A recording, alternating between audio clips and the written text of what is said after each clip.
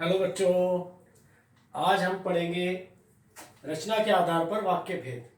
आपको पता है 10वीं क्लास के अंदर ये एक मुख्य टॉपिक है व्याकरण का। तो हम बात करते हैं रचना के आधार पर वाक्य भेद। रचना के आधार पर वाक्य भेद तीन प्रकार के होते हैं।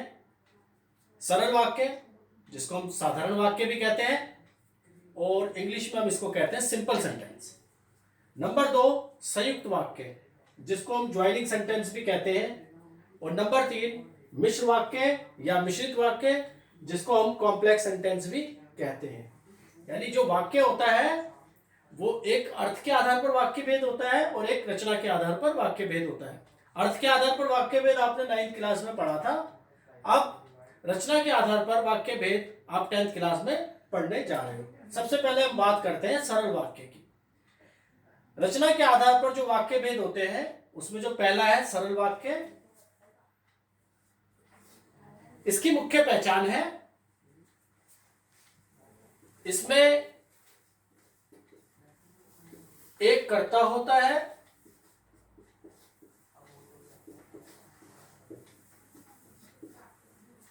और एक कर्म होता है।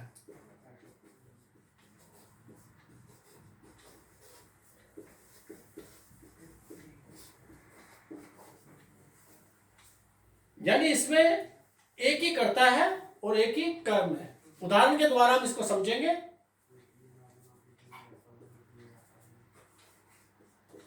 मोहन घर जाता है।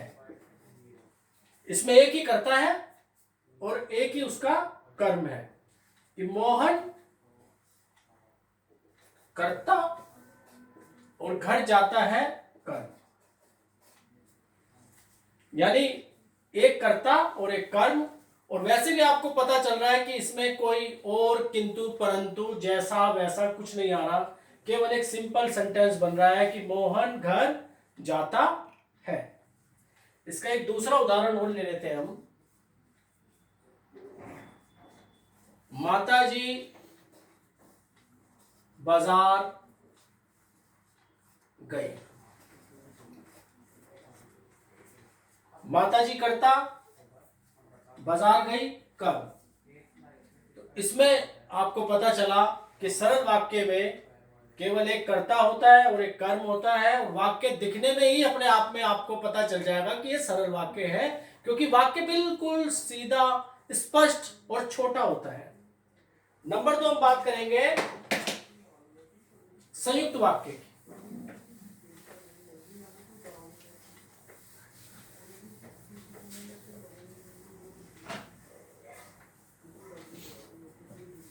संयुक्त वाक्य में कर्ता एक से अधिक हो सकते हैं, तो जरूरी नहीं है कि वो संयुक्त वाक्य हो। इसमें कर्म अलग अलग होते हैं और दो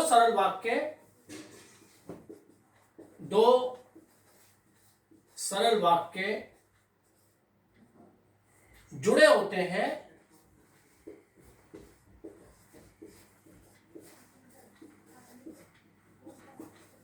योजक चिन्हों के द्वारा।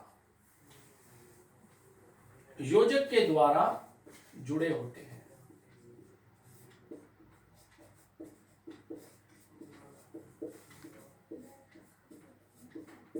अब आप कहोगे सर ये योजक क्या है, तो मैं आपको बता दूं, योजक चिन्ह से घबराने की जरूरत नहीं है। योजक चिन्ह कोई हवा नहीं है। योजक चिन्ह का मतलब है और, किंतु, परंतु, अथवा, लेकिन, पर, यदि, ये सारे जो दो वाक्य को आपस में जोड़ते हैं। जैसे हम कहते हैं ना कि मैं खाना खा रहा था और फिर मैं खेलने चला गया, तो जो मैंने और लगाया वो आपका योजक चिन्ह है।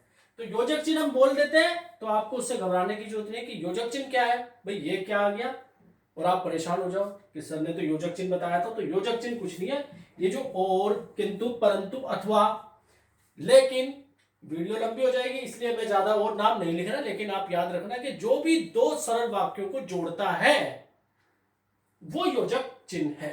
जैसे मैं बताऊंगा आपको, मैंने एक सेंटेंस लिया था, माताजी बाजार गई। अब मैं इसको मिटा देता हूं, आप वीडियो पॉज करके बाद में लिखते रहना आराम से।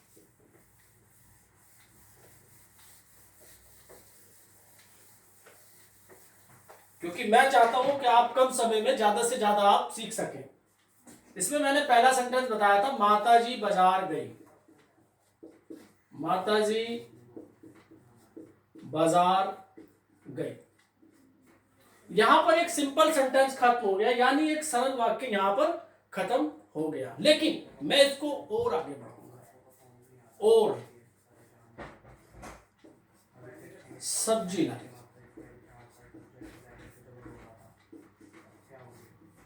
अब बताओ इसमें क्या मुश्किल है? यानी आपने एक सरल वाक्य को दूसरे सरल वाक्य से जोड़ दिया। किसके द्वारा जोड़ दिया? इसके द्वारा जोड़ दिया।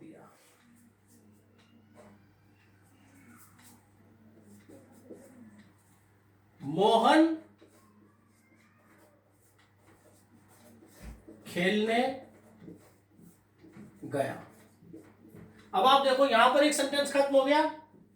इसी के साथ में दूसरा सेंटेंस जोड़ूंगा, लेकिन सोहन नहीं गया।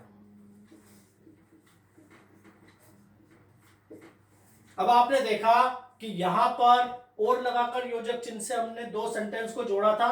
यहां पर हम और की जगह लेकिन लगाकर दो शब्दों को जोड़ रहे हैं। इसका मतलब अब आप देखो क्लियर समझ में आ रहा है कि दो सरल वाक्यों को जोड़ने से संयुक्त वाक्य बनता है। लिख लिया आपने? समझ में आ गया? मुझे पूरी उम्मीद है कि आपको बिल्कुल समझ में आ गया होगा। समझ में नहीं आए तो मैं फिर दोबारा जो सेकंड वीडियो डालूंगा, जिसके अंदर मैं सरल वाक्य से संयुक्त वाक्य, संयुक्त वाक्य से मिश्र वाक्य, मिश्र वाक्य से सरल वाक्य या संयुक्त वाक्य से सरल वाक्य बताऊंगा। उसमें आप और अच्छी तरह इसको देख लेना। अब हम बात करते हैं मिश्र वाक्य की। मिश्र वाक्य में बच्चे बहुत ज्यादा कंफ्यूज होते हैं, लेकिन इसमें कंफ्यूज होने की जरूरत नहीं है। मेरी वीडियो ध्यान से देखो, मेरी बातों को ध्यान से सुनोगे, आपको मिश्र वाक्य से और किसी को पढ़ने की जरूरत नहीं है। आप बिल्कुल चिंता बेफिक्र हो जाओ। मिश्र वाक्य में एक प्रधान उपवाक्य होता है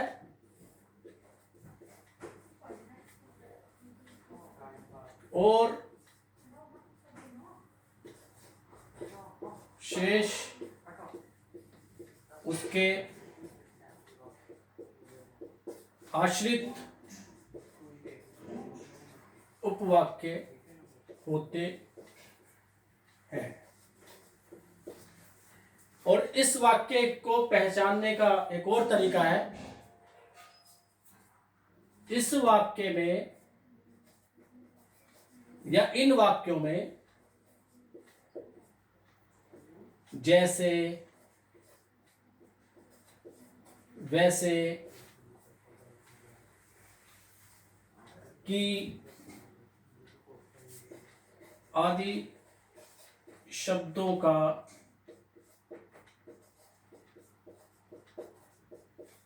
प्रयोग होता है। वैसे भी आपका जो है, जो पेपर में आता है वो ज्यादातर सरल से संयुक्त, संयुक्त से मिश्र या मिश्र से संयुक्त, इस तरीके का पेपर में आता है। लेकिन आपको समझने के लिए, वाक्य बनाने के लिए आपको परिभाषा भी आनी चाहिए। अब मैं इस परिभाषा को थोड़ा सा समझा देता हूं कि इस परिभाषा में, जो मिश्र वाक्य की परिभाषा है, इसमें एक प्रधान आपको पता है जो मुख्य है। प्रधान का मतलब ये नहीं है कि कोई गांव का प्रधान। प्रधान का मतलब है मुख्य वाक्य, कि एक उसमें प्रधान उपवाक्य होता है और जो दूसरा वाक्य जो उसके साथ जुड़ा होता है वो उसी के ऊपर निर्भर होता है। आश्रित का मतलब होता है निर्भर होना। जैसे हम अपने माता पिता के ऊपर निर्भर होते हैं खाने के लिए, पीने के लिए, कपड़ों के लिए, इसी प्रकार जो दूसरा वाक्य है वो निर्भर होता है पहले वाक्य पर।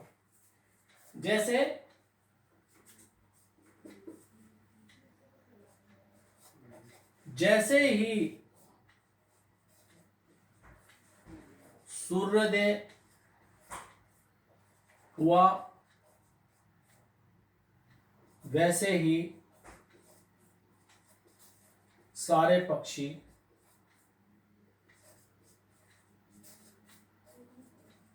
उड़ गए। अब इसमें जो प्रधान उपवाक्य है वो ये है, जैसे ही सूर्योदय हुआ, क्योंकि सूर्योदय हुआ तब पक्षी उड़े, ना कि पक्षी उड़े और सूर्योदय हुआ। तो आप ऐसे भी पहचान सकते हो कि कौन सा प्रधान उपवाक्य है, कि इसमें एक प्रधान उपवाक्य ये है, दूसरा क्या है कि ये वाक्य पूरा हुआ तो इस वाक्य के साथ दूसरा वाक्य जुड़ा हुआ है। संयुक्त वाक्य में ये नहीं है कि एक वाक्य के साथ दूसरा वाक्य जुड़ा हो, क्योंकि दोनों वाक्य अलग अलग होते हैं, लेकिन मिश्र वाक्य में एक वाक्य के साथ दूसरा वाक्य जुड़ा हुआ होता है, उस पर डिपेंड होता है। तो जैसे ही सूर्योदय हुआ वैसे ही सारे पक्षी उड़ गए। इसमें दूसरा एक वाक्य और ले लेते हैं, इसके नीचे लिखा हुआ है, इसका मतलब ये नहीं है कि सरल वाक्य के साथ है, ये मिश्रित वाक्य का ही उदाहरण है। नंबर 2, यह वही बच्चा है